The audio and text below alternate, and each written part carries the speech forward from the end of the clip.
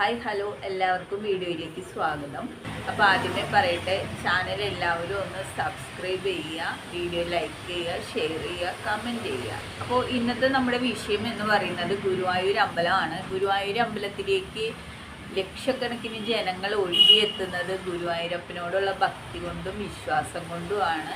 അത്രയ്ക്ക് പ്രസിദ്ധമാണ് ഗുരുവായൂരപ്പൻ്റെ ആ ഒരു ശക്തി എന്ന് പറയുന്നത്. ഈ ഗുരുവായൂരപ്പൻ്റെ ശക്തി എന്ന് പറയുന്നത് ചിലർക്കൊന്നും അത്ര പെട്ടെന്ന് അങ്ങനെ കാണാൻ കഴിയില്ല. എന്നാൽ ചിലർക്കൊക്കെ അനുഭവത്തിലൂടെ ഗുരുവായൂരപ്പൻ്റെ ശക്തി അറിയാൻ കഴിഞ്ഞിട്ടുണ്ടാവും. അവരിൽ ഒരാളാണ് ഞാൻ. പക്ഷെ എന്നെ ഇതിനിങ്ങനെ തിരഞ്ഞെടുത്തതിൽ എനിക്ക് വളരെ സങ്കടമുണ്ട്. ഗുരുവായൂരപ്പനോട് തന്നെ ഞാൻ മനസ്സുകൊണ്ട് ചോദിച്ചിട്ടുണ്ട്, എന്തിനാണ് എൻ്റെ കൃഷ്ണ എന്നെ ഇങ്ങനെ ആ നടക്കി വെച്ചിട്ട് ഇതുപോലെ ഒരു സംഭവം നടക്കാനായിട്ട് തിരഞ്ഞെടുത്തത്, നിമിത്തമാക്കിയത് എന്ന് ഞാൻ അങ്ങോട്ട് ചോദിച്ചിട്ടുണ്ട്. ആ സംഭവത്തിന് ശേഷം ഈ ഒരു ചോദ്യം ഞാൻ നിരന്തരമായിട്ട് ഗുരുവായൂരപ്പനോട് ചോദിച്ചുകൊണ്ടിരിക്കുകയാണ്. പക്ഷെ നമ്മളിത് ഇങ്ങനെയൊന്നും പറയാൻ പാടില്ല. ഗുരുവായൂരപ്പന് ഇഷ്ടമില്ലാത്ത എന്തോ ഒരു സംഭവം അവിടെ നിർത്താനായിട്ട് എന്നെ നിമിത്തമാക്കി തിരഞ്ഞെടുത്തു എന്നാണ് ഞാൻ വിശ്വസിക്കുന്നത്. ആ ഒരു നിമിത്തം വേറെ ആരെങ്കിലും ആക്കിക്കൂടായിരുന്നോ കണ്ണ എന്നാണ് കേട്ടോ ഞാൻ ചോദിച്ചത്.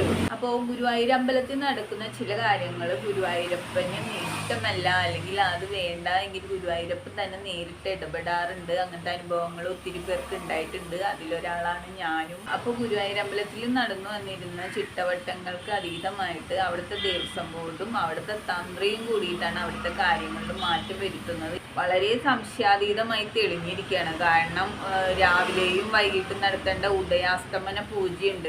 അപ്പൊ ഈ ഉദയാസ്തമന പൂജ വേണ്ടാന്ന് വെച്ചിട്ട് ഇത് ഉച്ചപൂജ മാത്രമാക്കി ചുരുക്കിയിരിക്കുകയാണ്.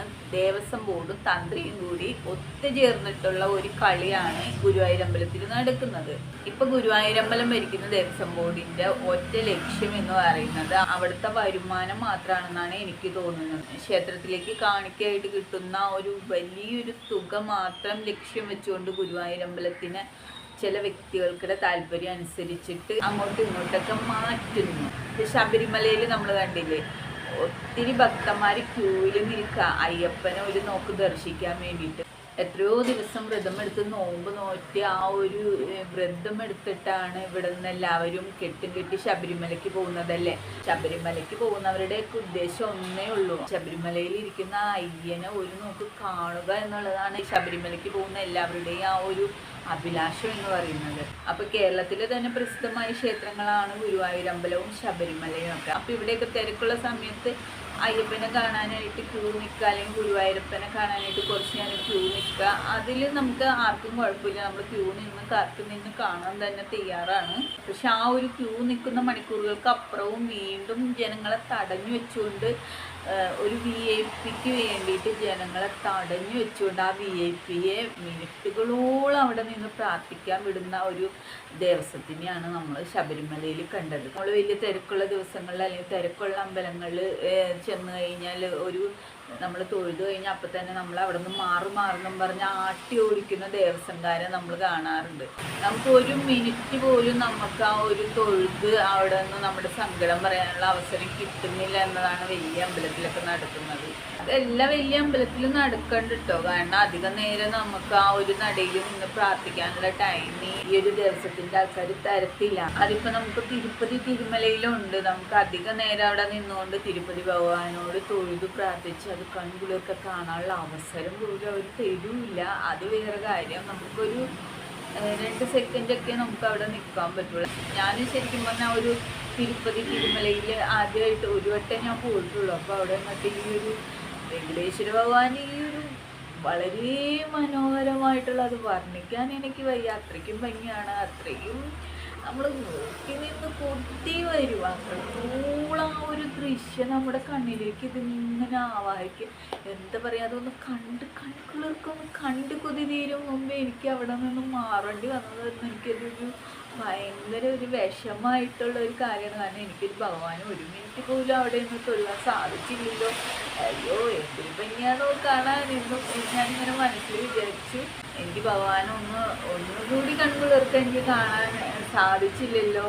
എനിക്ക് അവിടെ നിന്ന് തിരിച്ചു പോലെ ഒരു മനസ്സുണ്ടായിരുന്നില്ല. ഞാനപ്പോൾ എൻ്റെ മനസ്സ് എന്നോട് പറഞ്ഞു 2 സെക്കൻഡ് പോലും നമുക്ക് അവിടെ നിൽക്കാൻ പറ്റത്തില്ല. കാരണം എന്താണെന്ന് വെച്ച് കഴിഞ്ഞാൽ പിന്നാലെ വന്നുകൊണ്ടിരിക്കുന്നത് 10,000 ഭക്തന്മാരാണ്, ജനങ്ങളാണ്. പിന്നെ എങ്ങനെ നമുക്കവിടെ നിന്ന് ഈ ഒരു വെങ്കടേശ്വര ഭഗവാനെ ഇങ്ങനെ കൺകുളിർക്കെ കണ്ടുകൊണ്ടിരിക്കാൻ പറ്റും എന്നൊന്ന് പറയൂ.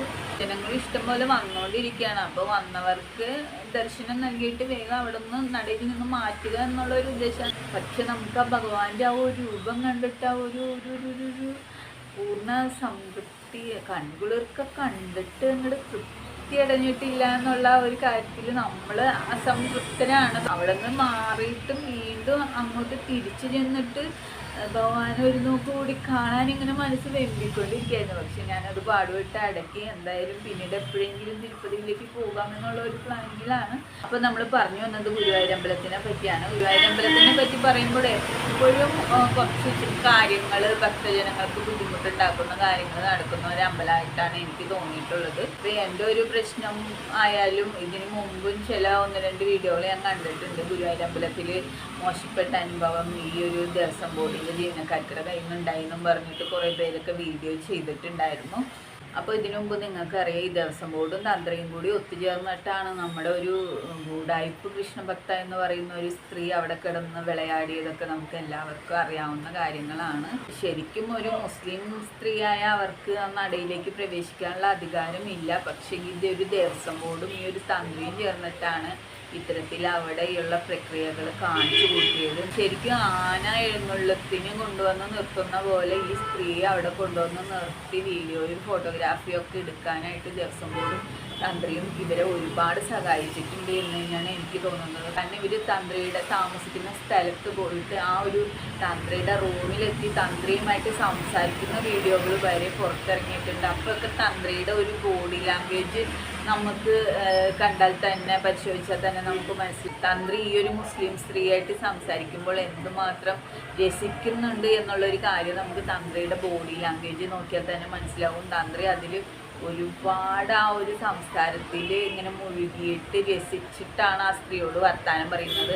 അപ്പോൾ ഇത്തരത്തിലൊരു മുസ്ലിം സ്ത്രീക്ക് വന്ന് അവിടെ നിന്ന് ഇത്തരത്തിലുള്ള കാര്യങ്ങൾ ചെയ്യാനായിട്ട് ഈ ദേവസ്വം ബോർഡ് ഭരണസമിതിയും ഗുരുവായൂരമ്പലത്തിലെ തന്ത്രിയുമാണ് ഇവിടെ ഒത്തുകളിച്ചത് എന്നുള്ള കാര്യത്തിൽ യാതൊരുവിധ സംശയവുമില്ല. അങ്ങനെ ഒരു ഒത്തുകളിയുടെ ഭാഗമായിട്ട് തന്നെയാണ് ഈ ഉദയാസ്തമന പൂജ മാറ്റിയതും ഈ ഉച്ചയ്ക്ക് മാത്രമുള്ള പൂജയാക്കി ചുരുക്കിയത്. ഗുരുവായൂരമ്പലത്തിൽ ഇങ്ങനെ ഒരു കാര്യം കേട്ടുകേൾവിയില്ല. കാലങ്ങളായിട്ട് നടന്നു വന്നുകൊണ്ടിരിക്കുന്ന ആചാരങ്ങളെയാണ് ഇവർ പെട്ടെന്ന് ഇവർക്കുടെ താല്പര്യങ്ങൾക്കനുസരിച്ച് മാറ്റുന്നത്. ഏതെങ്കിലും അമ്പലത്തിൽ കേട്ടുകേൾവിയുള്ള ഒരു കാര്യമാണ് ഉദയാസ്തമന പൂജ മാറ്റുക എന്നത്. എന്നിട്ട് അത് ഉച്ചയ്ക്ക് മാത്രമായിട്ട് ചുരുക്കിയിരിക്കുന്നു. എന്നിട്ട് ആ പൂജ, ഉച്ചയ്ക്കുള്ള പൂജ താൻ തന്നെ നേരിട്ട് വന്ന് ചെയ്യുമെന്ന് തന്ത്രി പ്രഖ്യാപിച്ചിട്ട് നിലവിളക്കൊക്കെ കൊളുത്തി. അപ്പോൾ ഇതുപോലുള്ള വ്യക്തികൾ അവരുടെ താല്പര്യങ്ങൾക്കനുസരിച്ച് ഇതുപോലുള്ള തീരുമാനങ്ങൾ എടുക്കുമ്പോൾ സാക്ഷാൽ ഗുരുവായൂരപ്പൻ വന്ന് മറുപടി പറയുന്ന പോലെ തന്നെ ഇപ്പോഴും തന്ത്രിക്കിട്ട് കൊടുത്തിരിക്കുകയാണ് 8-8-16 പണി. അതായത് തന്ത്രിയുടെ ഒരു ബന്ധു അന്നേ ദിവസം മരണപ്പെടുകയുണ്ടായി. തന്ത്രിയുടെ അച്ഛൻ്റെ അനിയൻ്റെ ഭാര്യയാണ് മരിച്ചത്. അപ്പോൾ തന്ത്രിക്ക് അവിടെ പുലയായി മാലായ്മയായി. അപ്പോൾ പുലിയുള്ള ആളുകൾ അമ്പലത്തിൽ പ്രവേശിക്കാൻ പാടില്ല എന്നൊരു കാര്യം എല്ലാ ഹൈന്ദവർക്കും അറിയാവുന്ന ഒരു കാര്യമാണ്. പിന്നെ എന്തുകൊണ്ടാണ് ഈ മരിച്ച ഒരു കാര്യം നമ്മൾ അറിഞ്ഞിട്ടും വീണ്ടും തന്ത്രി ഗുരുവായൂരമ്പലത്തിൻ്റെ ഉള്ളിൽ വന്നിട്ട് നിലവിളക്ക് കൊളുത്തി എന്നാണ് പറയുന്നത്. അപ്പോൾ നിങ്ങൾക്ക് മനസ്സിലായല്ലോ ശരിക്കും ഇപ്പോൾ ഗുരുവായൂരമ്പലത്തിൽ നടക്കുന്നത് എന്താണെന്ന്. ആചാര ലംഘനങ്ങളാണ് ഗുരുവായൂരമ്പലത്തിൽ ഈ ഒരു സർക്കാരിൻ്റെ നേതൃത്വത്തിൽ നടന്നുകൊണ്ടിരിക്കുന്നത്. അപ്പോൾ ഈ ഒരു ദേവസ്വം ബോർഡും ഈ തന്ത്രിയും കൂടിയിട്ട് ഈ ഗുരുവായൂരമ്പലം കുട്ടിച്ചോറാക്കാൻ വേണ്ടി പുറപ്പെട്ട് ഇറങ്ങിയിരിക്കുകയാണ്. ക്ഷേത്രങ്ങളിൽ ഇങ്ങനെയുള്ള പൂജാവിധികൾ കാലങ്ങളായിട്ട് നടന്നു വരുന്ന ഒരു ക്ഷേത്ര ആചാരമാണ്. ഇതിനെയൊക്കെ പെട്ടെന്ന് ഒരു ദിവസം വന്നിട്ട് ചില വ്യക്തികൾക്ക് എടുത്ത് മാറ്റാൻ പറ്റുമോ, അതാണ് ചോദിക്കുന്നത്. അപ്പോൾ ഗുരുവായൂരമ്പലത്തിൻ്റെ ഈ ഒരു ദേവസ്വംകാരുടെ ഈ ഒരു ഭരണം ക്ഷേത്ര ആചാരങ്ങളെയൊക്കെ ലംഘിച്ചുകൊണ്ട് ഇതുപോലത്തെ കാര്യങ്ങൾ ക്ഷേത്രത്തിൽ നടത്തുന്നതിനെതിരെയാണ് ഞാൻ പറയുന്നത്.